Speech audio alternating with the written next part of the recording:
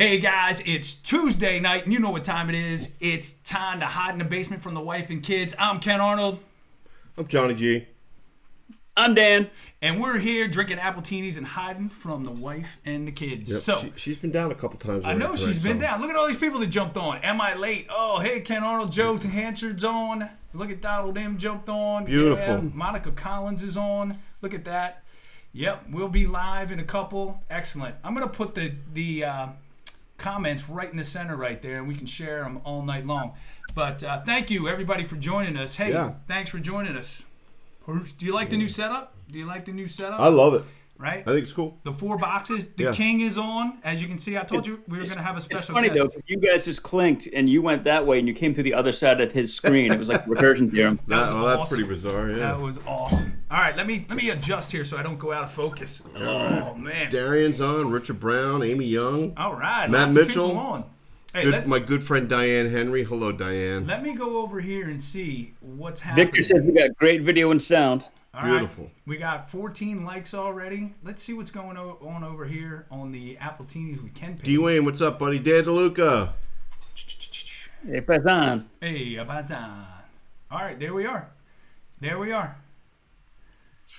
We got good sound. Yep, Everybody's beautiful. on. The king is shaking his head. Thank you. I love it. Start a watch party. Somebody start a watch party. I did. Did you? Yeah, man. I shared it. I didn't start a watch party. All right, maybe I should start a watch party.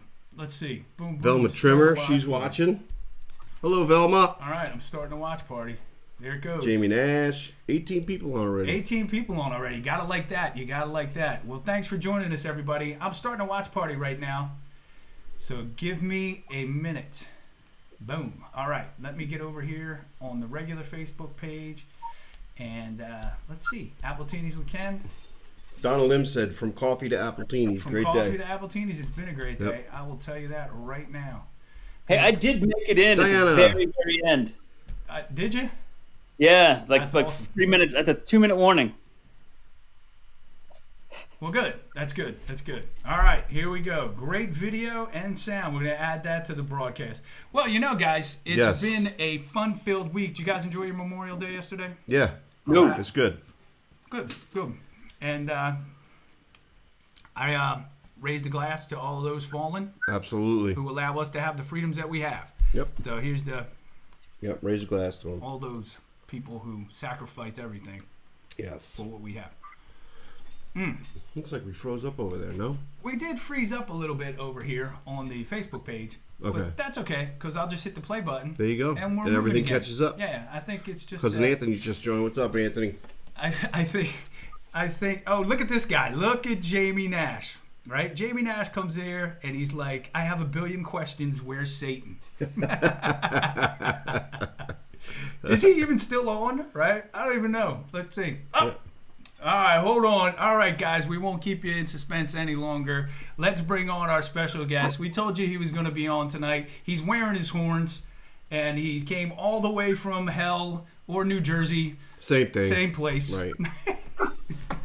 Don't forget the devil, the New Jersey devil, buddy. That's right. That's right. And there he is, Matt Servitto. Hey, Thanks for welcome, joining Matt. us, man. Thanks, Hey, man. buddy. Here's the quote of the night. Can you read that? Any idiot can face a crisis. It's this day. Now scroll it up a little bit. It's this day, today, living that wears you out. Yes, Anton Chekhov. All right. Any idiot can face a crisis. It's this day-to-day living that wears you out, and that's really where we're at right now, right? No doubt. Pretty much. No doubt. Give me a major crisis, I can handle it. Fucking tell me to stay at home for like 3 months, I'm going to shoot myself. Or somebody else. Yeah. Right. All right. There are a lot of people on tonight, Matt, and they want to ask you a billion questions. Get it? Oh, I like the pun. Right. That's a Jamie Nash right there. That's a Jamie Nash pun. Yeah. Nice. So we'd like to thank you for coming on, Matt. Thanks a lot, Yeah. man. Glad Appreciate to have it. Hey, listen, I'm down in the man cave. I pulled a bunch of crap off the wall, so I'll just be showing you all the stuff that was once on the wall. I've got all my my director chair, the backs of the Nice. chairs. There's NCIS New Orleans. Nice. Love that show. My character Estes. But I got all sorts of shit. I got pennants. I pulled all the director chair backs off. Here's my my COVID workout. My 7 minute. 7 minutes. That's all I do. I drink all day, and then for 7 minutes, I do the 7-minute workout. Look at that. How lame is that bullshit? Well, you remembering something about Mary. It was 7-minute abs. And then when Ben Stiller told him 6-minute abs, his head almost exploded. That's right. Yeah, that's definitely where I'm at right now. If you could come up with a 6.5-minute workout, I'd be like, what? Yeah. Let me give you my money. You just need to do enough to offset that one extra drink. Yeah, Right. exactly. So Matt, we got a lot of people on, and they're going to start throwing some questions out here. We got right. Diane Miller Jones, who loves NCIS. Yep. She's on. She's a friend of mine. Yep. Is she a friend of yours? Yep, Oh, she's a very friend of nice. mine. Very nice. Yep. She loves NCIS. Thank you for joining, Diana. Yep. And yeah, Jamie Nash says the NCIS director broke a hip when he tried to sit down because you stole the back of the chair. Hey, listen, if you're going to sit in my chair, first of all, it's always a little extra wide, and there's always a flask in my chair. So, that it said Estes. If you chose to sit in it, listen, that you get what you get. You don't get upset, man. That's right. That's right. I've been on stuff where I've got 2 days. I'm like, I need a back of a director's chair. You've got to get. Every actor here knows. Ken knows it. Dan knows it. You got that's you've arrived when your name's on the back of a chair. Like that's pretty awesome. I would take less money for a gig just to have the back of that chair. Right? Yeah. I mean, that's hilarious. I've got a whole collection down here on the wall. That's awesome. That is awesome. So let's talk about some of the stuff you've done. All right, let's start out. I'm going to start out early in your career, Matt. I'm going to start out way early, and this picture's going to pop up, right? I want you to talk a little bit about this young fella, Trask Bodine. There he is. Look at that young fella. I don't even know if that's Trask. I think that's post-Trask. Is it post or pre? Yeah, by the way, somebody just told me, and I'll have to look this up, that All My Children is doing a big reunion. I don't know if they're doing like a Zoom thing or a COVID reunion, but there's something going on. You might want to Google that while we're here. Okay. Because a friend of mine was like, dude, check in. What's going on? Because that was the show that launched 1,000 ships. That was the career starter for Matt Servitto. Playing Trask Bodine. I think they regretted it because they wanted like a big redneck, like that looks like Ken, a young Ken Arnold. And meanwhile, they got, exactly, Jethro. They wanted Jethro. Instead, they got like a young Al Pacino. Oh, I mean, I was like so Italian looking in my early years. Let's take a look at that again. You do. You do look at You look a little Italian, yeah. That's gorgeous. And then there was a kid that came on that played. So I was Trask. I had a brother named Brian. My brother. This is a little trivia. The beginning. I'm going to give you all. I'll give the three of you a guess. Who came on the show? Very famous. To play my brother's girlfriend in 1991. Oh, Trask is written off of All My Children. I enlist in the first Gulf War. That's how Trask was written off the show. Uh-huh. He enlisted to serve in the first Gulf War. His brother Brian, the character, stayed on the show, and he started dating just before I left. We crossed over for a little while. A very famous, I won't call her actress, let's just say celebrity. Ken, I'm going to give you a hint. She's from Philadelphia. Oh, Kelly Ripa. Kelly Ripa. Kelly Ripa. Yes. Kelly Ripa came on the show as Haley. I think Haley or Harley was the character. I think it was Haley. And she dated my brother Brian. And I left the show. And then she obviously stayed on the show for a while and went on to much fame. Oh, first Now, of all, did you know Trask was enlisting in the Army, or did that come as a No, surprise? it was very clear. Like Trask was going off to serve his country. Yep, he's done. You're done. Yeah. I hope you guys all raised a glass to Trask this weekend. We win. Because he died. He died. Did he? In the first Gulf War. Yeah. My career and Trask died in 1991. Yep, Kelly Ripa. And Kelly Ripa, Matt, is not from Philadelphia. She's from South Jersey in the town next to mine. She went to Eastern High School, and she was friends with some of my friends. Come on. She's pretty hot. Yeah. But you know what? I guess she was, but she was pursuing acting stuff in Philadelphia. Philly. Yeah. And then her mother turned her immediately towards New York City. Yes, because Philadelphia is 20 minutes from where her house was. Yeah, and I'd also like to say, I mean, we only crossed over briefly, but she was really cool, very cool. She was very young, but she was great. She was great. So my friend Lila, she knew which actress you were talking about, Matt. Could you possibly say hello to her real quick? Her name is Lila. She's a huge fan of The Sopranos. She just got done watching the entire show. So if you could say hello to her, it'd make her day. Hello, Lila. Where's Lila at? In Annapolis, Maryland, with us. Annapolis, Maryland. Yep. Hello, Lila, man. She owns a beautiful little pub here in town too. She owns a pub? Yes, we she went does. to it, Matt. We went to it when we were here for the movie. I gotta go. I'll be right back. No, listen. She's not alone, man. I gotta say, quarantine has been very interesting for me because I am getting texts and emails and phone calls daily. When you've been around for 30 years and doing a lot of, you've been lucky enough to kind of be on just trafficking through some really great shows like Billions, Banshee, Brotherhood, Sopranos. Your Pretty Face is Going to Hell. I'm getting so many texts. People are obviously binging. It is binging time. No doubt. But really, it's been great for Sopranos because a whole new generation. I don't know how old's Lila. In her 20s? No, Lila's. She's our age. Yeah, she's our age. Maybe younger. I mean, but so many people who felt guilty, like, oh man, I never watched that show. Like, they're all catching up, and they're like, oh my god, like. My bad. Like, I can't believe I waited this long to watch it. Right. Plus, we got this whole college group that are texting me, calling me, and loving the show. And it's really cool. It's really cool because, I mean, you guys know, it's like a lot of the crap you do over the years is not going to hold up. Like, years from now, nobody's watching the bad, procedural that you did or the bad indie film you did. But every once in a while you step in shit, and I stepped in shit with The Sopranos, and there's probably only a handful of shows that are at the Smithsonian. One of them is The Sopranos. So, my grandchildren can check in on that stuff, and I'm convinced 20, 30, 50 years from now, they'll still think it's a badass show. Absolutely. It's timeless. Yeah. It really is. Well, because it's the same thing with Shakespeare. Shakespeare's timeless because he created these amazing characters. So 500 years later, we still like Shakespeare. I'm like, when you create really interesting, Tony Soprano is a character that will always be interesting because he is. I mean, every guy wants to live that in. He's a badass and a sweetheart at the same time. You want to kill your enemies. You want to sleep with every woman you see. You want loyalty and respect from all your friends. I'm like, holy shit! Right. He's doing what we all Right. So, but of course we all know how that ended for him. I'm convinced he was dead on the last episode. Other people did. So am I. Yeah. It's but the you way never he should have got gone like, out, though. definitive from Chase, right? Like there was no like, hey, by the way, it's still left completely open to interpretation, right? By the way, Matt Servitto took a huge hit because Matt Servitto opened his mouth.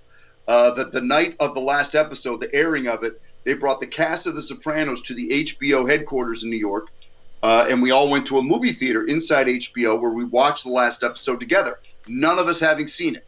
So we all sit in the theater and we watch it together. Some of the bigger players were paid to come down to like Miami by a billionaire to watch the last episode with a bunch of people. So a lot of us were there. Jimmy wasn't there. Michael Imperioli wasn't there. But a lot of us were there. So we watched the episode. We walk out. Immediately there's drinks, there's food, there's a bunch of press people. And they're like, well, what'd you think? And I'm like, well, that was pretty amazing. And they're like, well, you read the episode. You knew what was going to happen. I'm like, well, no. I didn't know that was going to happen. They're like, what are you talking about? I'm like, that ending was insane. Like, that wasn't how it was written. They're like, so here, the woman from the New York Post flips her pad open, and she's like, what? And I'm like, well, I'm just telling you that it wasn't written that way. She's like, so you're saying there was a different ending? And I go, well, no. Well, yeah. I mean, I don't know what I'm saying, but I'm just telling you, like, the cast was just as shocked with that ending as the audience was. And she's like, no, I don't believe you. I'm like, we didn't know it was going to end that way. David just shocked America, the cast, everybody, because in the script, it just sort of faded out. Like you have this. He finally gave Tony his like Norman Rockwell moment of like whole family eating onion rings and fries, listening to Journey. Yep. They're at a restaurant together, and maybe life's going to go on and it'll be okay. And instead, he comes up and he just cuts like 3 minutes off the end of the show and just creates that weird ending. Yeah. And you're like, well, what does that mean? And like, here we are in 2020, and we have no answer to what that means. Yeah. And it'll go to the grave. Nobody knows what that means. Right. Over the years, I've begun to think that I interpret it as Tony's gone. There really is no other reason to do that other than I love the idea, because we all know this. It's like if I got shot in the head from behind, it's just boom, lights out, done, lights out, lights out. And I just sort of feel like, what other interpretation could you take away from this wonderful moment and all sorts of mysterious characters circulating around him, and it just goes to black? Any other interpretation is just, you're looking for a positive end to that. I'm like, no, he was gone. He was gone. Right. That's pretty awesome. I agree wholeheartedly. Hey. Kind of gave a rebirth to that Don't Stop Believing, too. You know, that song got real popular after that. That's my karaoke. That's my go-to karaoke, because if I'm there and people recognize me, they're like, dude, right, Ernie. And I'm like, let's go. Let's play it. You know what I always wanted to do? So that ending of that last episode, I live about 6 miles from there now. It's Holston's in Bloomfield, New Jersey. I'm in South Orange, New Jersey. I've always wanted to take a camera, go up and shoot the real ending and put it up on YouTube, so that you use the ending of the whole Sopranos thing, Journey, everything, and then just boom, it goes to black, and then you fade back in, and Agent Harris is just standing there with a smoking gun. He was like in love with Tony, right? And basically like, you cheated on me, or you never loved me the way I loved you. Right? You put it okay and make it really weird, and I haven't had the guts to go do it. All right. Whenever you're ready, Ken, grab the camera. Let's go. All right, we'll do it. We'll do it. I need to get the money for it first. I can do that. Money? We have to go buy an order of fries at Holston's, and we'll shoot it with your iPhone. All right, sounds good. Hey, we got D. Wayne's mom on tonight, Jerry Glenn. She wants a hello from you, Matt. She worked with you on Welcome to Academia. Oh, Jesus. Is it weird that I slept with D. Wayne's mom? I mean, what? Oh, Jesus. Right there. His mom is hot. She's hot. Right there. She is hot. But wait a second. She was hot. She's hot. I'm telling you. Yeah, man. Shout out to her. That was a blast. I mean, I was just talking about New Orleans last night to my younger nephew, and I was telling him he's got to go there. And I'm like, that was incredible, because I got locked down in New Orleans for about 2 months with tons of time off. I mean, that's a mistake. It's like, it's one thing to be there shooting NCIS New Orleans. I'm on a tight schedule. I work, 4 out of 6 days. I don't have a lot of downtime. I was a little older. Welcome to Academia. I was younger. I had weeks where I wasn't working.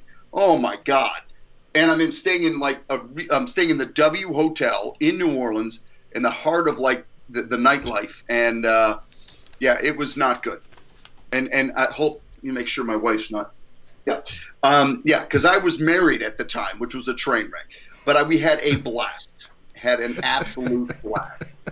My mom just came on and was like, whoa there, when you said that you slept with D. Wayne's mom. I've made it very clear to my wife that I had a very good time. She's like, good, the check's clear too. Shut up, you prick.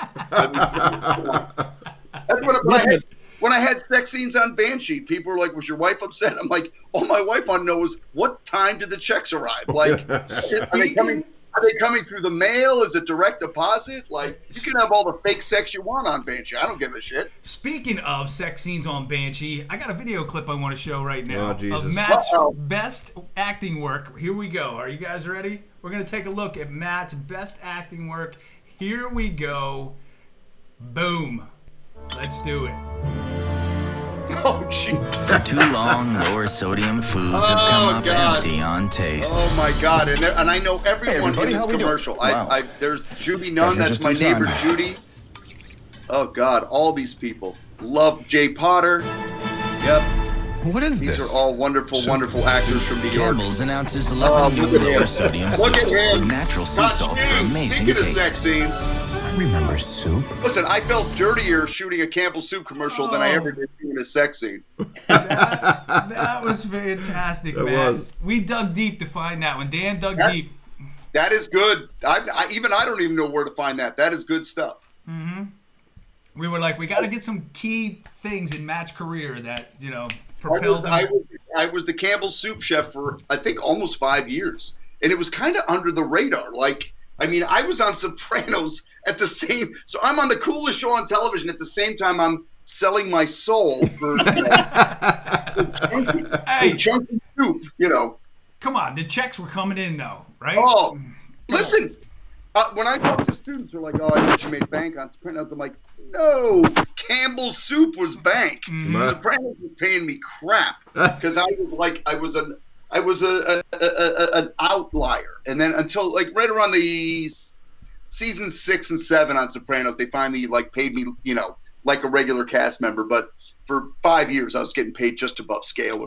So Campbell's was paying the bills, helping us. When people look at my house out here in Jersey, they're like, "Oh, so the house Sopranos bought." I'm like, "Oh, no, the house that Chunky Soup bought, brother."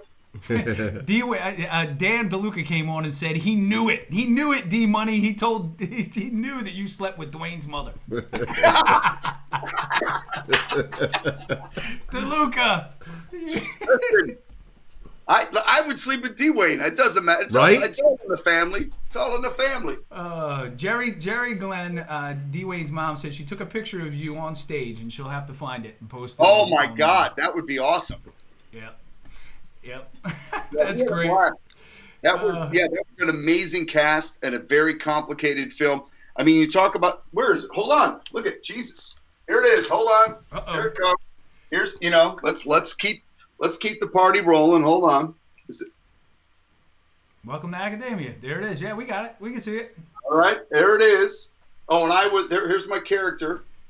Roger Wellman. Roger was like the dean of a university, a completely sex-starved, crazy. We again, it was the problem with that movie is the director thought it was a comedy, the writer thought it was a drama. Oh. And we ended up somewhere in the middle, but just like the Night Watchman.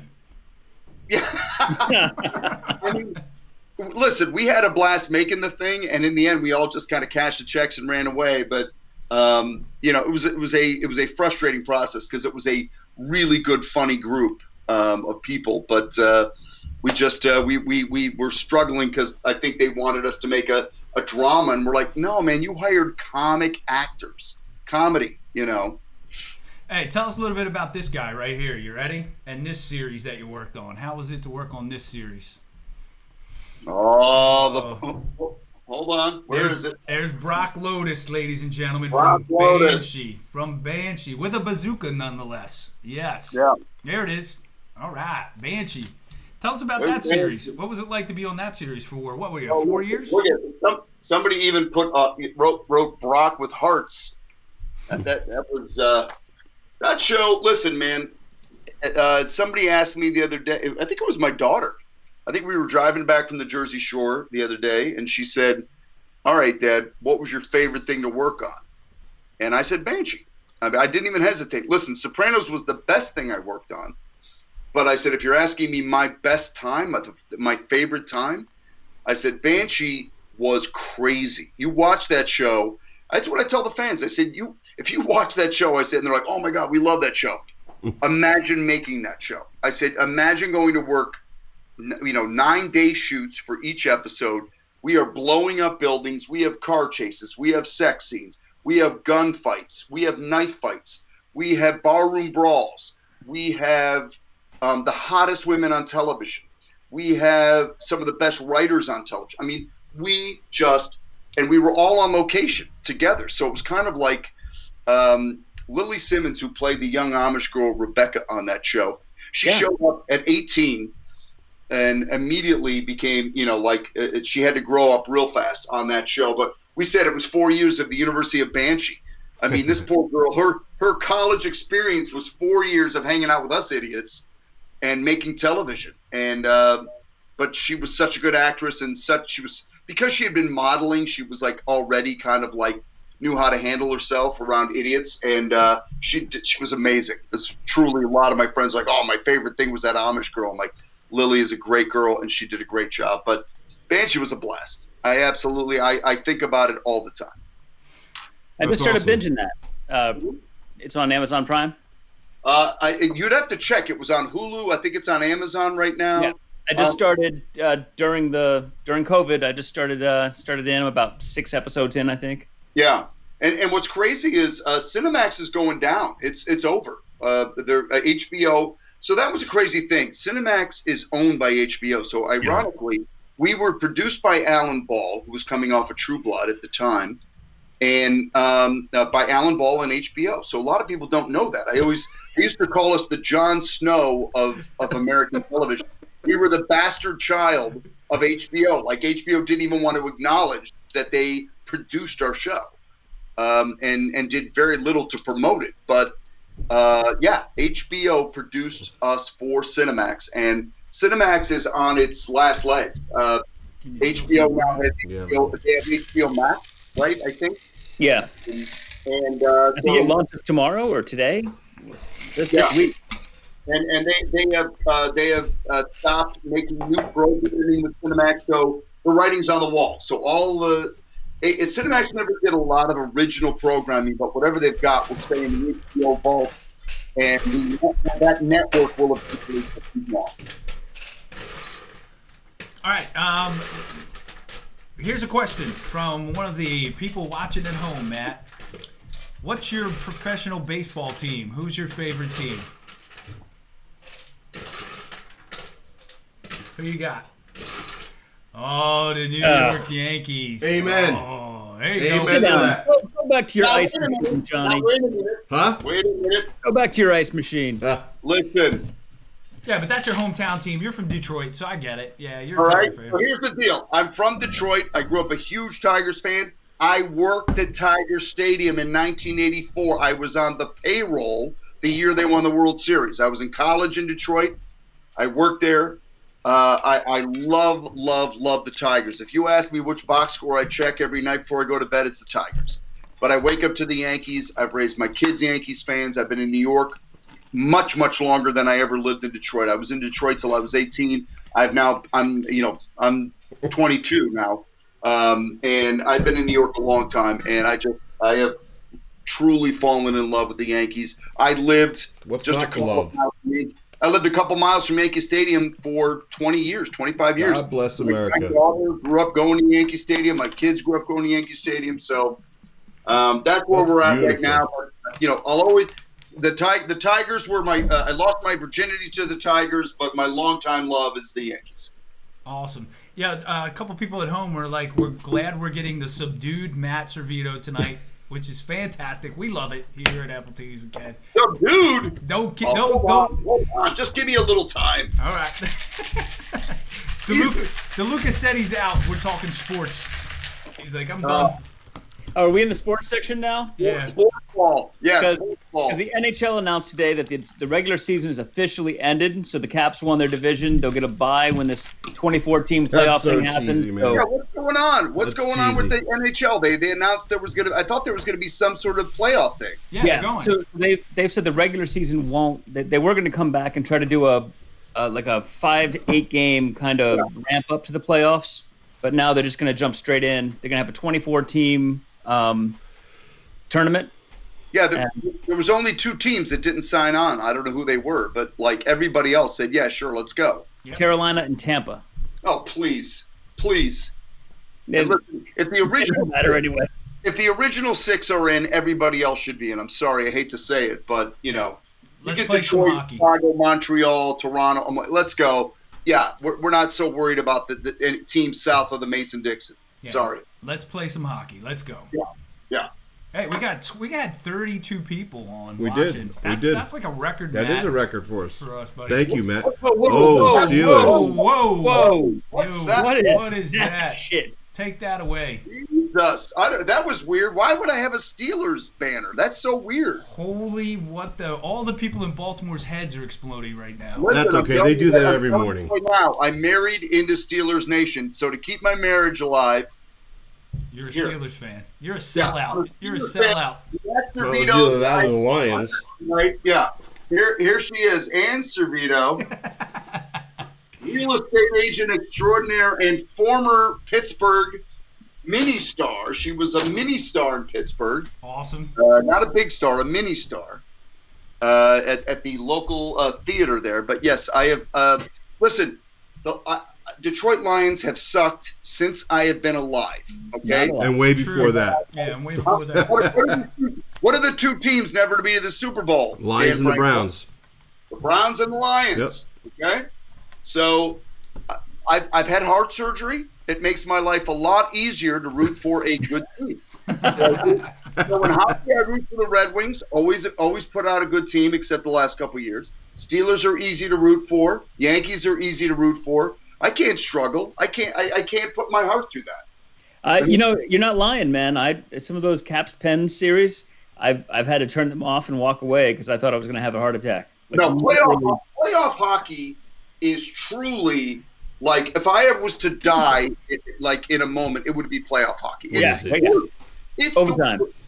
I mean, because it's always like 3-2 with 2 minutes left, and you're screaming every time the puck goes in the other end, or like they're icing. I mean, even Annie, she watches me and she's like, "You're losing your mind." I'm like, "This is awful." Like I can handle baseball, I can handle the Super Bowl. Playoff hockey is insane. Will kill you. Yeah. I mean, it's the best and the worst, truly. Right? Absolutely. My wife won't watch it with me. She's like, I don't like who you become. Yeah, that's me every Sunday. And baseball playoffs, too. All right, Matt. Tell us a little bit about this show right here that you've been working on recently. Your pretty face is going to hell. How about this? I've got nothing. I've got where's my? Yeah, I still don't even think. I don't think I have a back for the show. Well, tell us a little bit about it. Who does your nails?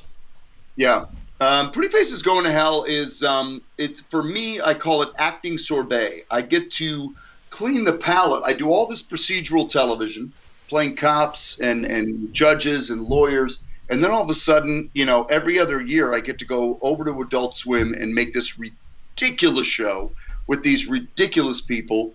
And it is truly like the greatest gift ever because I just I laugh myself silly.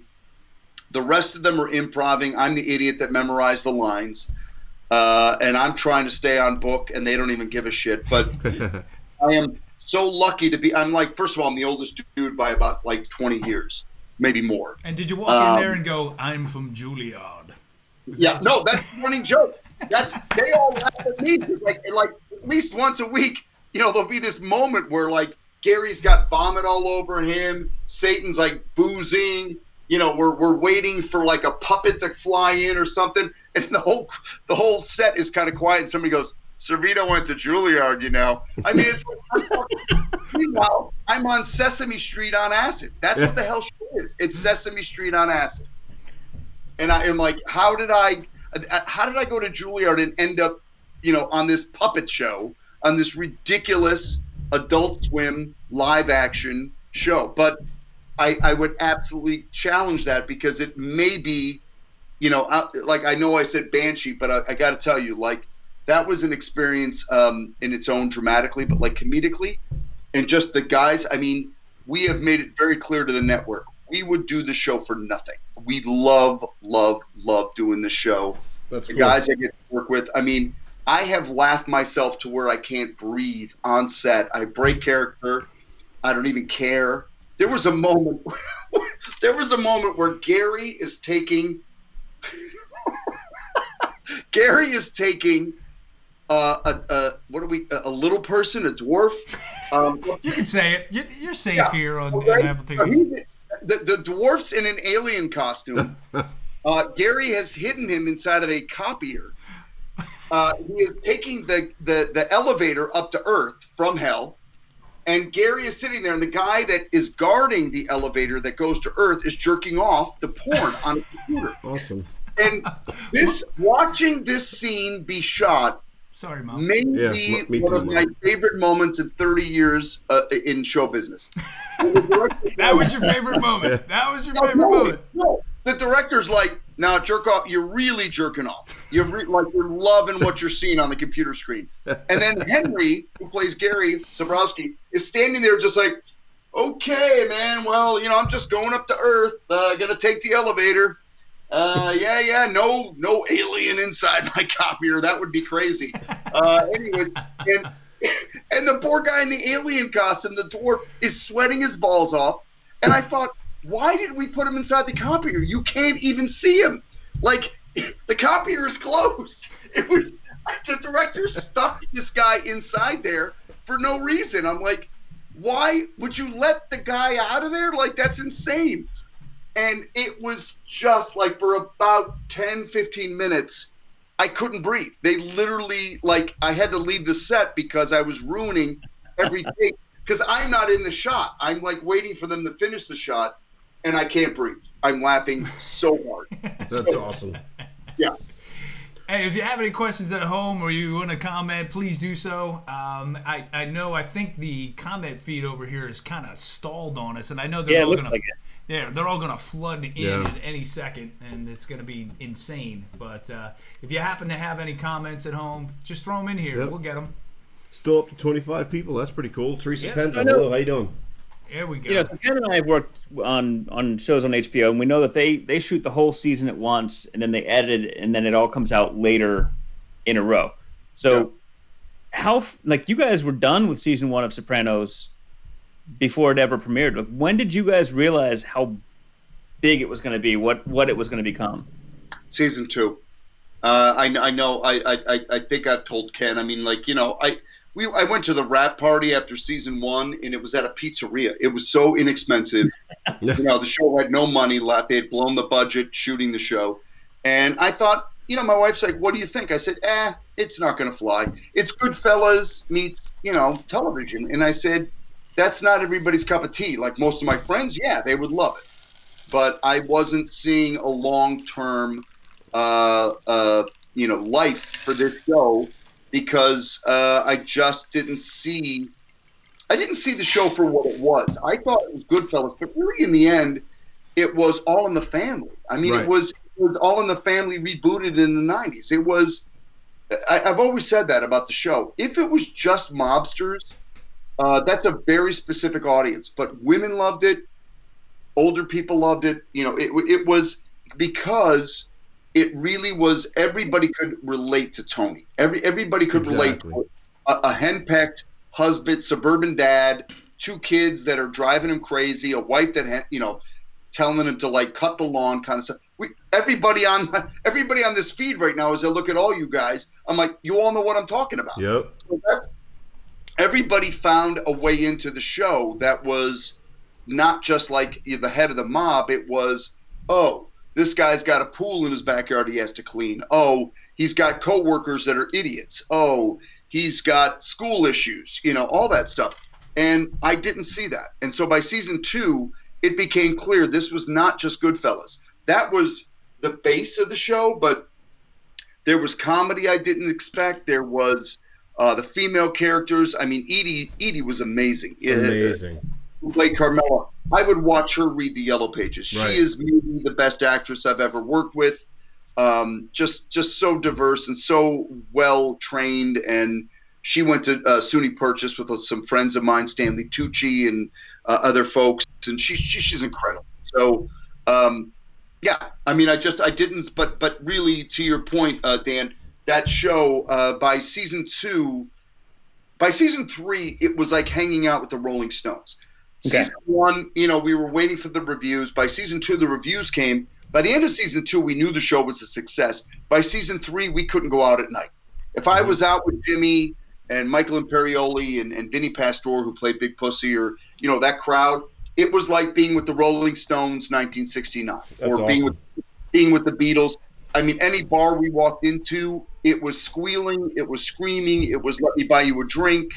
And I was just, you've seen the show. I was an outlier. I was just somebody along for the ride and being on their shirt tails. But holy shit, did I feel like I was on maybe the cool. I was. You were a pretty integral part of the show, though. You're in the zeitgeist. You're in the zeitgeist, and you're maybe happening with the coolest. And the coolest thing about the show is they didn't do talk shows. Right. They didn't do Stern. They didn't do Leno. They didn't do any of that shit. Jimmy hated it, so it only made them cooler.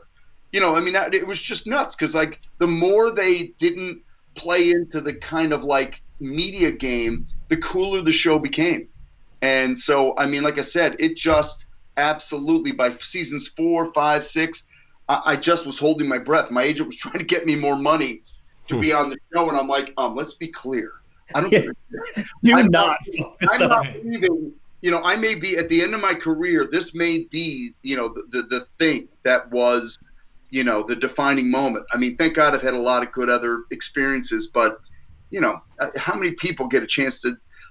I've said it before. I mean, there's a feather in my cap that gives me confidence for the rest of my career, and actors never get that. We don't get the luxury of saying, oh, yeah, I was on something really good. The rest of this is all just hubris. Yeah. And that's where I'm at, man. I mean, I'm not trying to look for another Sopranos. I'm never going to find it. Right. So meanwhile, I'm making stupid movies with Ken. That's a mistake. Hey, first of all, great segue. Speaking of the end of your career. Yeah. Listen, I'm on Appletinis with Ken. Exactly. Right Wait until tomorrow when you go out after this airs. Yeah. Boom! Yep. It's gonna be like Beatlemania, buddy. You're not 35 of the people that are watching. Exactly. 35 people who are watching. It's gonna be fantastic. Yep. Anyway, let's take a look at this video clip from some of your better acting days on a film you made with Ken. Oh Jesus Christ! They've nearly surrounded the place. Barricaded the front doors. We will secure these and then we will work on the windows. I got no audio on that shit. I know you don't. Vampires. Sorry. Like if I could remember my lines, because it was like, speaking of Shakespeare, it was just like reading Shakespeare.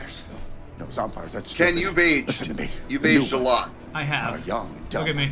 But the more they Jake looks exactly the same. He does. Oh, they're not just Yeah, here. he doesn't They're age, everywhere. that son of a bitch. DeLuca's Yes, aged. foretold. They would I should always have an eye patch. Feed upon the blood of the living. Many shall die enjoying Oh their my God, merits, but truly, like, this is another one. Like, I'm only here for like, you know, 4 or 5 days. I had a blast with you guys. Destroy them. Because like, and that's why I'm still, you know, doing all this crazy shit with you guys. Because it's like, come closer. there's just a passion and a love for what you do. And gone. Yeah, speaking of my career being gone. Shoosh, your career just took off right through the garage door. Yeah. So, yeah, I apologize for that, but, you know, sorry.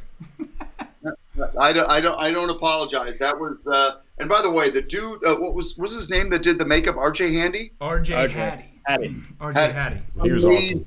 Amazing. Like, truly, I feel like that's what raised the film a whole notch, because like when I looked at myself, like that picture right there. I mean, that's amazing. You ready? Here you go. There you are. Yeah. There you go. Yeah. His makeup work was, you know, was just exquisite. And that's when I realized, like, I thought this whole thing was kind of a joke. And I show up and your DP is good, your makeup artist is good. Mitch knew what he was doing. The acting was really good. I'm like, oh my God. They had great extras too. Johnny G. Totally. Johnny G was an extra on that. I was. Yes. Listen, the extras saved the movie. Hell yeah. It's true. They did. In the big scene where we fight the vampire. Yeah, that was great. Yeah. Did you show your tits? I don't even remember. Did you take your shirt off? Who, me?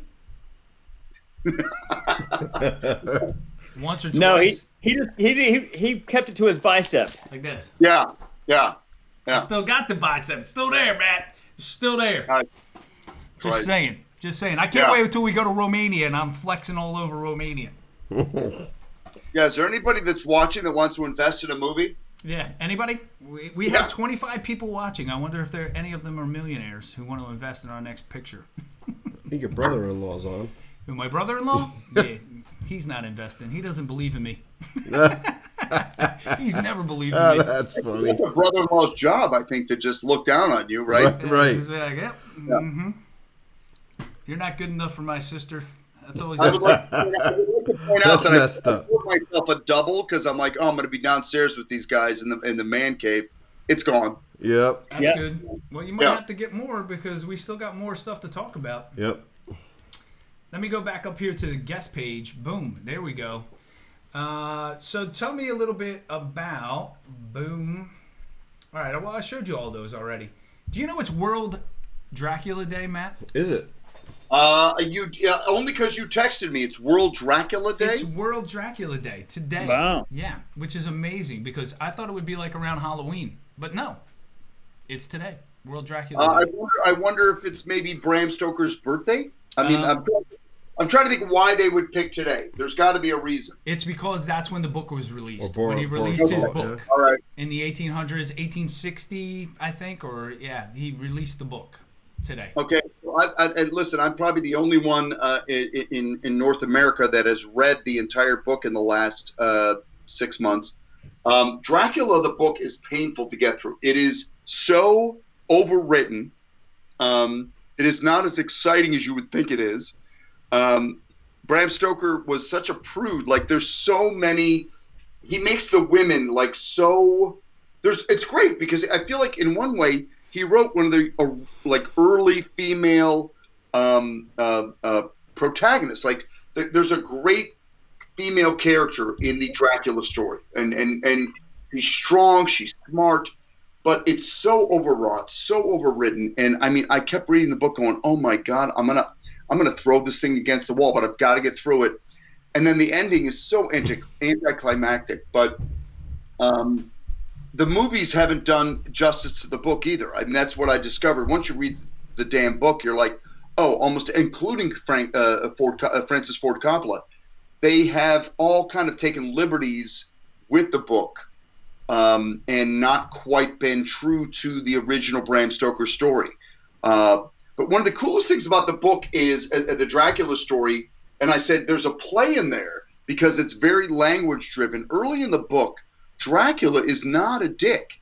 He's kind of like really cool, really smart. He's lived hundreds of years, and he has these conversations. I can't remember the character's name. The lawyer who's been sent from England. Jonathan Harker. Jonathan Harker. So he sits down with Harker and he talks about the history of Romania, the history of the world, and all the stuff he's lived through. And Harker can't quite figure out if he means it literally or figuratively. But I'm like, oh my God, this is a great two-man play, like a two-hander scene in a 2-hour play of Dracula. It's Interview with a Vampire. It's you know, once you realize that vampires have longevity and they live long periods of time and they've been experiencing history for centuries, that part of the book was amazing, but it's really skipped over by Bram Stoker. Like, he just establishes, oh yeah, they had long conversations about stuff that Dracula lived through, and I'm like, oh my God, no, that's what I want to watch. I want to watch a guy talking about, you know, the Moors and the Turks invading Romania, invading, you know, what was at the time the Holy Roman Empire or the Western Europe, and the fight and the struggle, and Vlad the Impaler, you know, his struggles against these invading forces is fascinating. And yet it makes Dracula just not like a blood-sucking. He's incredibly bright. He is caught up in his demise, that he's eternal. He's going to live forever. So for Dracula Day, World Dracula Day, man, amazing character, an okay book, many okay movies. I hope we can do it justice when we get our asses to Romania next year. This year. So hold on. Let's run down. Let's run through some of these Draculas throughout the history of film, and you tell me which one's your favorite. You ready? All right. Nosferatu. There he is, long fingers. What do you think? It's pretty good. I mean, listen, one of the things, the description of Dracula in the book, when I finished the book, I immediately, a mutual friend of Ken and mine is a guy named Shane Morton out of Atlanta. Shane is a special effects guy, a makeup artist who's obsessed with horror movies, horror films. And I said, Shane, I just finished the book. No one has ever adhered to the description of Dracula in the book. And he said, no, I did a play. I finally did a play where we did Dracula. He's described, so he always had this kind of classic Dracula with like the goatee, the hair slicked back or clean shaven, with the eyes. No, in the book, he's got a long white mustache. He's more eccentric and exotic and weird, as opposed to very those Hollywood He's classic. not like this? No. In fact, that's everyone's image of Dracula. Yes, Bela Lugosi. Yep. Bela Lugosi. So Bela Lugosi, who is Romanian, spent years becoming famous for playing playing Dracula, Count Dracula, but he looks nothing like the description in the book. Nothing. How about this guy? Frank Langella. No, nothing. That was a good movie, though. I did enjoy that movie in 1979, actually. Yeah, listen, of the ones I've seen, that may be one of the better interpretations. I watched the Coppola. I was really, This one. You watched this one. Yeah. I mean, this is That was insane. pretty crazy. I mean, that's just some weird, because you can look at that, and if you're watching the movie, which is an interpretation of the book, you meet that dude. Is that Gary Oldman? Who's playing that at that point? Yes, Gary Oldman. Yeah, it's Gary Oldman. Yeah, I mean, you would say, okay, I'm leaving. Like, this guy's nuts. But he was interested in the book. He completely seduces Harker by his knowledge, by his personality. He's an interesting guy.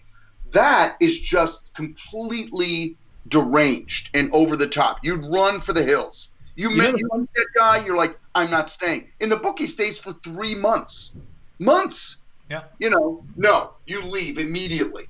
So the funny thing about that movie is that we took the tour of Coppola's winery out in Napa, and that's the movie that allowed him to reconnect the entire estate. Like, it wasn't Godfather, it wasn't Apocalypse Now, it wasn't any of these other great movies. It was Dracula that birthed this winery. Listen, isn't it always the way? That's what I said. Everyone thinks your money came from the thing you're most famous for. It's like, no. Everybody had a payday. Like for me, it was Campbell's Soup. For Coppola, it was Dracula. It's like, I'm sure they paid him a fortune to make this really bad movie, and he doesn't give a shit because he's got a vineyard out of it. I'm like, who cares? Yeah. And he's got Apocalypse Now, and same way I've got Sopranos. It's like, I've got something else that's really amazing. My payday was the Nurses Association video inspecting the penis. That's where I made all my money in acting. There it was. No, you made your money inspecting other people's penises. Right? That's how that works. That's exactly how that works. Yeah. Good question right here, Matt, from Victor Coco. Appletinis, will we visit Dracula's castle? And that's a yes. We are going to visit Dracula's castle. Well, as Ken knows, I mean, the crazy thing we just found out about a week ago is Dracula's castle is for sale. Mm-hmm. $6 million, right? Yeah, $66 million. That actually may work its way into our script. It's the what's the family? The famous oh God. The Walendas? No. Habsburgs. I think it's the Habsburgs. Yeah. It's like there is a royalty family from Romania that goes back centuries, and I believe they're related to the German Habsburgs, and they own the castle. Okay. And they allowed tours and toured buses for a lot of decades now, made a fortune doing it, but now I think they're done. The younger generation's done with that. Why they're not donating it to the country? Because it's a national treasure. Money, it's money, right? Yeah. I'm I feel they should just give the castle to the country and say, give us a certain percentage of, because the buses that pull up there on a daily basis is insane. It's the Statue of Liberty in New York City. It's the Ken's house in Annapolis. It's where tourists go. It's where tourists go to, if you're in Annapolis and you don't go to Ken's house, I'm not sure what you're doing there. I'm always here. Exactly. Yeah, you can go to the Naval Academy, but why? Why? Come here. Yeah, there's more people living in Ken's house than the Naval Academy. That's true. So I want to tell you my three favorite Draculas of all time. All right. All right. I know you guys were waiting for this. You ready? So while I've been on lockdown here, I've watched these two movies, and I think they're amazing. Oh, And- shit. No, I know where you're going. Ready? Is it Leslie Nielsen? You son of a bitch. No. Blackula. That's right. Blackula. Blackula and Scream, Blackula, Scream. Craig T. Nelson is in Scream, Blackula, Scream. Yes, he is. They are some of the most hilarious B movies you've ever seen in your entire life, but they're so cheesy that they're awesome. You laugh the whole time. They're so bad, they're great. And really, in the end, I agree with you. That's better than trying to do a serious one. That's what I did. The Coppola was trying to take itself seriously, and it was terrible. Yeah. I really liked the Luke Evans one. What was that? Dracula Untold. Untold. That was a good movie. That was good. Yeah, it was good. At least a fun movie. Now, Ben, you watched the recent BBC series, didn't you? Yes, I did, and I liked the first couple episodes, and then it just went off the rails and went like sideways, and I was just like, I don't like what they did. I was all ready to watch, and everybody said the same thing. They're like, yeah, it starts good, and then they took such liberties with the Dracula story. Yeah. But by the way, I absolutely love what is it called? What We Do in the Shadows? Is that the? Hilarious. Yeah, oh my God! Wakiti. So good, like that. That's what we're trying to do on our movie. Like that to me is exquisite. Great comedy, well acted. Just so well done. So well done. You saw they gave him a Star Wars movie, right? Yeah, No, they did. Taika? Yeah, they gave him a Star Wars movie. Oh, good. Yeah. Let's get a little applause in there. You guys can't hear it at home, but we can hear it. Give me your other Dracula. All right, so my next Dracula is Yeah. Leslie Nielsen. Yeah, Leslie Nielsen. I knew where you were going, you son of a bitch. The other one's got to be George And Hamilton. of course, my last Dracula. Here it comes. Whoop! You can't see him. Hold on. He's behind. Blimpo the Clown. Oh, Damn Blimpo. right. Freaking Blimpo, man. That's my favorite Dracula of all time. Bam. Blimpo the Clown. Just saying. He's right there. Oh, It right is. there. Oh, speaking Right of Blimpo the Clown, let's go back here to video playback. Here we go. And I'm going to show you this incredible scene. We'll just wait him Starring out in Matt here. Servitto. We're safe in here. Here we go. There comes Matt through the ceiling. Boom. There you are. Superhero landing. That was cool. You do your own stunts? This is some good shit. I did. It was a mix. It was a combination. But this is some good shit. I'm telling you, man. Like, in the first trailer, I was the tooth guy. That's what she said. Is that right? Yeah. How do we stop them? I just remember like having to sit in that chair for the better part of a day, squirting you guys with the hole in my You head. got bling. What about a cross? That is one of those ones. I tell Ken it's the break glass in case of emergency. If we have a shitty audience, whenever it gets to this scene right here, Moses Malone. there's a huge laugh coming up. Here it comes. Security. Let me. The reactions from you are priceless in this, Matt. Yeah.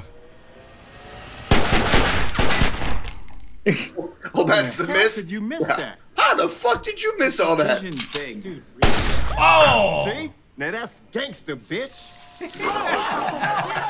Yeah, so good. So good. That was a lot of work. Getting that thing rigged on my head. What was awesome because I was on set that day. I was kind of off behind you guys. Was RJ sitting down there with the air pump, like running that stuff up through the back of your head, around your prosthetic, out the front of your head. It was crazy. But you know what? Watching Ken and Dan and Kevin in Video Village just sitting in their chairs with caked on blood for hours because they couldn't wash it off. Yeah. And that stuff, it gets so sticky and it starts contracting on your skin. Oh yeah. And no one was happy. Like, I'm not happy because I got this rig on my head. They're not happy because they're having to, for continuity, stay with all that blood on them. And it's starting to pull on their skin. It's getting sticky. It's getting hard. Those were some dark times. Yes, they were. As a matter of fact, Donald Im just came on and said a lot of work cleaning up after that. Oh my God! I'm telling you, that was like, I had a friend on set that day, and he was like, "That was awful." I'm like, "Oh yeah, there's nothing fun. I mean, it's funny and it looks great, but that was like hours and hours of just awfulness." Dan DeLuca said, "Good thing you got a giant head to hide that tube, Matt." Listen, Yeah, That's I got funny. a big head, but DeLuca's got a little head. There's like nothing in there. You know, when you're from Pisa, Italy, there's just not much there. Oh. You know, you're like the leaning tower. You know, there's just not much. Oh man, that's hilarious. Oh God.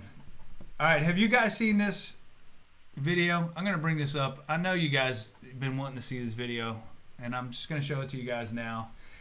You know, I do my coffee with Ken, my the morning roast with Ken in the morning, and I've been showing this video over there. I want you guys to take a look at it. Tell me what you think.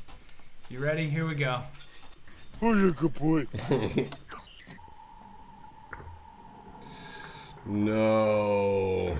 Oh. Is that guy for real? He's petting that thing like a dog, and it bites him in the face. Oh, he's lucky. He's the living embodiment of all those assholes down at the beach right now. Right? Right. I mean, come on. Hey, dude. I was one of those assholes at the beach. I just got back. No, I mean, Turtle like bit me in the Ocean ball. City, Maryland is wall-to-wall people Yeah. right now. Yep. Now Jersey did good this weekend. Like they opened up our beaches. Everyone was worried, like all the idiots from like the MTV Jersey Shore. You know, the bar. I said we're gonna be fine. The bars aren't open, so like it's just gonna be families. Everything. It was fine. This weekend was very good. There was no idiots there, and you know, hopefully it'll continue. As soon as the bars open, yeah, all the idiots are coming back, and there's not much you can do about it. But Ken, by the way, that video is about 2 years old. I know, but it's funny as shit. It is. So anyway, the governor in New Jersey, did he do that press conference like right outside your house? Because it looked like he did the press conference like right outside your house at the beach. I didn't see that, but He did it. Lavalette. He did it at Lavalette. They said. Oh, he did? Yeah.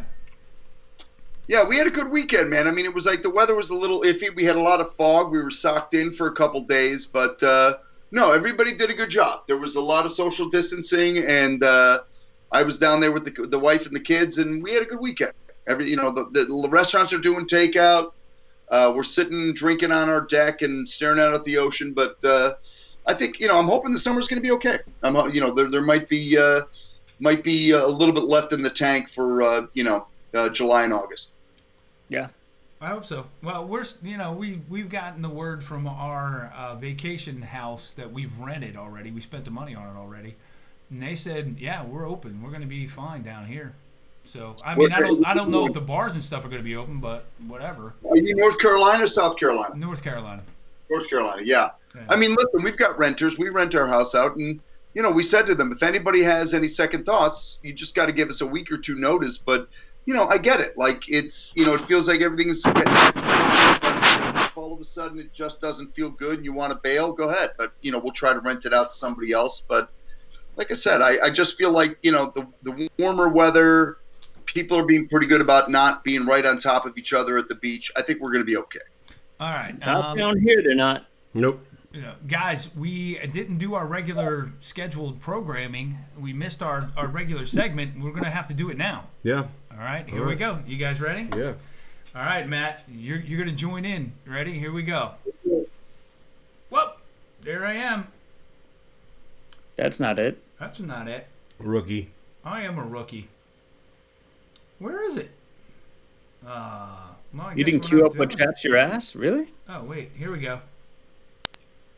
What chaps your ass? Oh, Jesus. There No. it is. What chaps your ass? Here we go. All right. Who are those 4 dudes? What's that? Who were the 4 dudes that were animated there? It was me, Dan, Johnny G, and Robert. And Robert. Neil Marshall, Jackson, Mississippi Robert Jr. said, Yeah.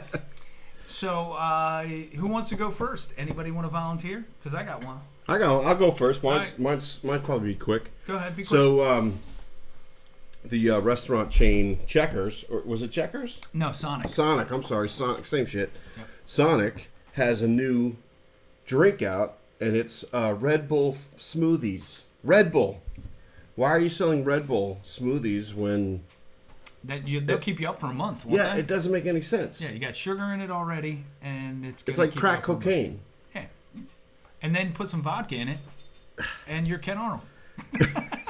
I don't get it. Just give it. No, I thought you used Rita's Ice for your. I do. I do use Rita's Ice for my vodka smoothies that I make. You are correct, Dan. So yeah, that was mine. Yep, you are correct. Yeah. All right, Dan, you want to go? Go ahead. What chaps your ass? Home ownership chaps my ass, man. A little bit. I was out scraping my deck and sanding it, and it's still not done. Maybe sometime this summer I'll have this thing restained.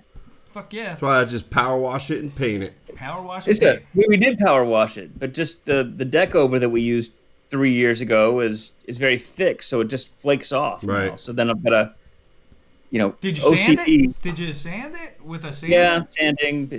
We get full sun, so it's torn up. Yeah. But same with us. This homeownership thing, they all made it out like it's some great thing. Yeah, it sucks. It really is like the biggest lie, I think, of my adult life. Time, money, right?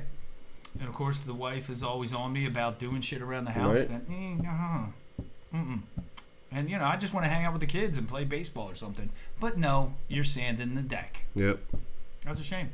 It is. What about you, Matt Servitto? What chaps your ass, buddy? Being on Appletinis with Ken show? People asking me what chaps my ass is what chaps my ass. And I'm like, well, let me get angry about something. I'm like, there's a million things. I mean, it's all the same shit. We're in lockdown. I'm like, people, the mask thing, going to the grocery store, having people breathing down your neck. Yep. As I said, the beach wasn't so bad, but I'm not being good at what chaps my ass. I guess because I've been home a lot, and we've all been home a lot, a couple of my neighbors bought the gas-powered leaf blowers. And they've got a yard about the size of his postage stamp. And I'm like, so they sit there in the backyard. So like, I'm home. I just want to chill on my back deck. And my neighbor Mike's like blowing his backyard like he's got an acre and a half. And he's got about maybe 50 square yards. Like nothing. He's got nothing. And he's back there for an hour. And I'm convinced he's blowing dust because he doesn't want to go back in his house and deal with his wife. He's got the headphones on. He's out there blowing, and I'm like, oh, dude, don't make your marriage make me suffer on my back deck because you don't want to go back in your house and face the wife. Yeah. And it's a suburban Zen garden. Yeah, don't pretend like you're blowing me. I'd rather you blow me than blow your backyard. That's wow. Yeah. Ooh, yeah. All right. Fair enough. Ken's like, oh shit. I'm sorry I asked. I am sorry I asked. So here's what chaps my ass. It's people who feel like they gotta correct you when they don't really need to correct you. No. Because people knew what you meant anyway, right. And they feel like they gotta be that person to correct what you're saying. I agree. I mean, my sister does it to me all the time. She knew what I meant to say, but then she's like, no, that's not right. I'm like, look, you've been doing this my entire life. I haven't liked it since we were kids, and you're still doing Ken, it. She hasn't been doing it your entire life. You've only been in their family since the 90s. Who? No, I'm talking about my sister, not my sister-in-law. Oh, your sister. My sister. Yeah, I tried to correct you, and I fucked it up. So, look, I love my sister, but man, stop trying to correct me. Right, shut the hell up. Yes, just say, okay, he made a mistake, moving on. I knew what he meant. Let's go, right?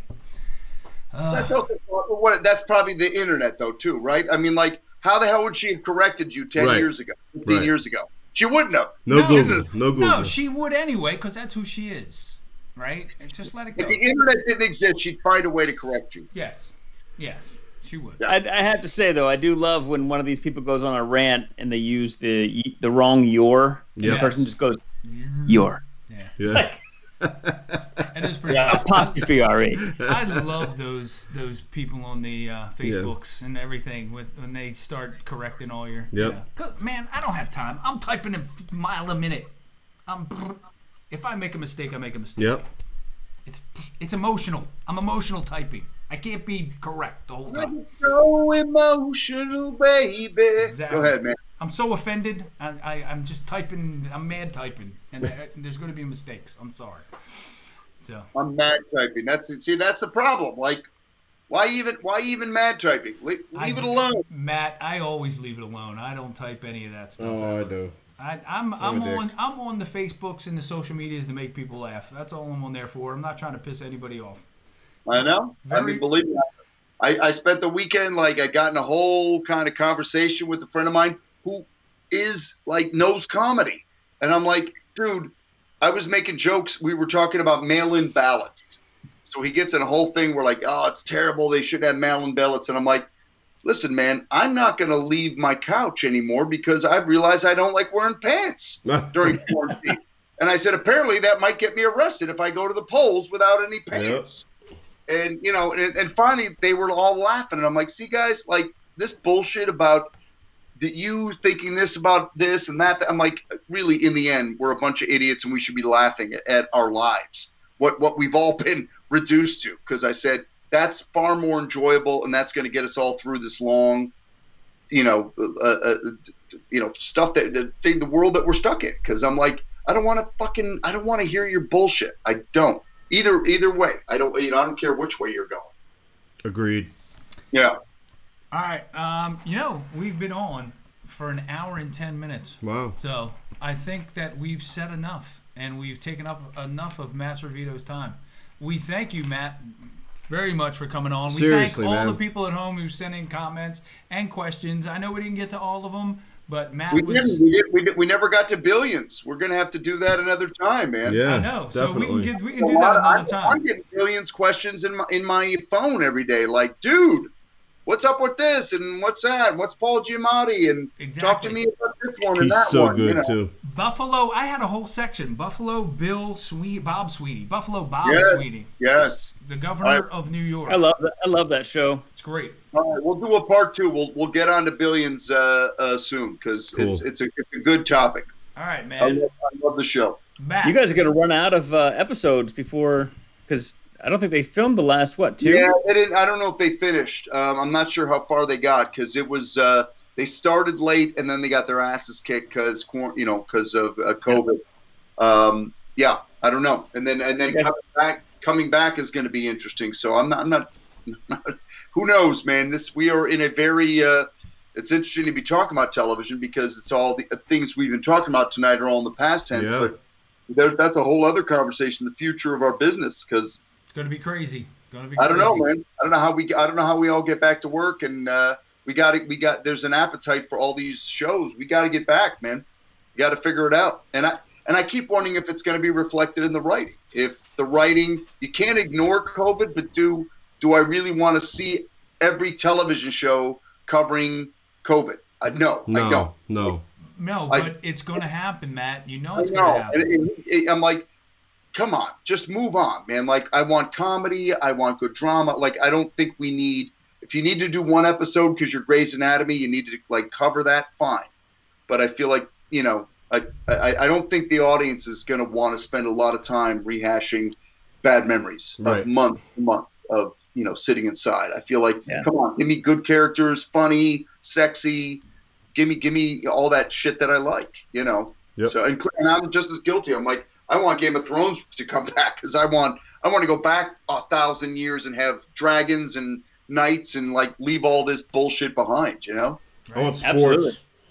Yeah. Yep. Sports. We need some sports. Yep. Oh my God! Right. And on top of everything, what did we have last Sunday? We had golf, NASCAR, NASCAR game, Fanless NASCAR. Yep. And cornhole. I think everybody was talking about the cornhole championships, man. I'm always cornholing, Matt. Yeah. That's not what you think. You are the champion, my friend. We are the champions, my friend. I'm the champion cornholer, just so you know. Well, thank you for having me on, guys. This is great. Thank you. It's good having you. Good talking with you. Thanks for coming on. We're going to close the show down. Thank you, everybody, for coming on. Matt Servitto, thank you so much. We'll see you guys next week on Appletinis with Ken. Enjoy your week. Have a blast. Peace. We'll talk to you later. Peace. Appletinis with Ken. Appletinis with Ken. Oh yeah. Appletinis with Ken. Oh. Appletinis with Ken. Oh yeah. Oh. Appletinis with Ken. Appletinis with Ken. Oh yeah.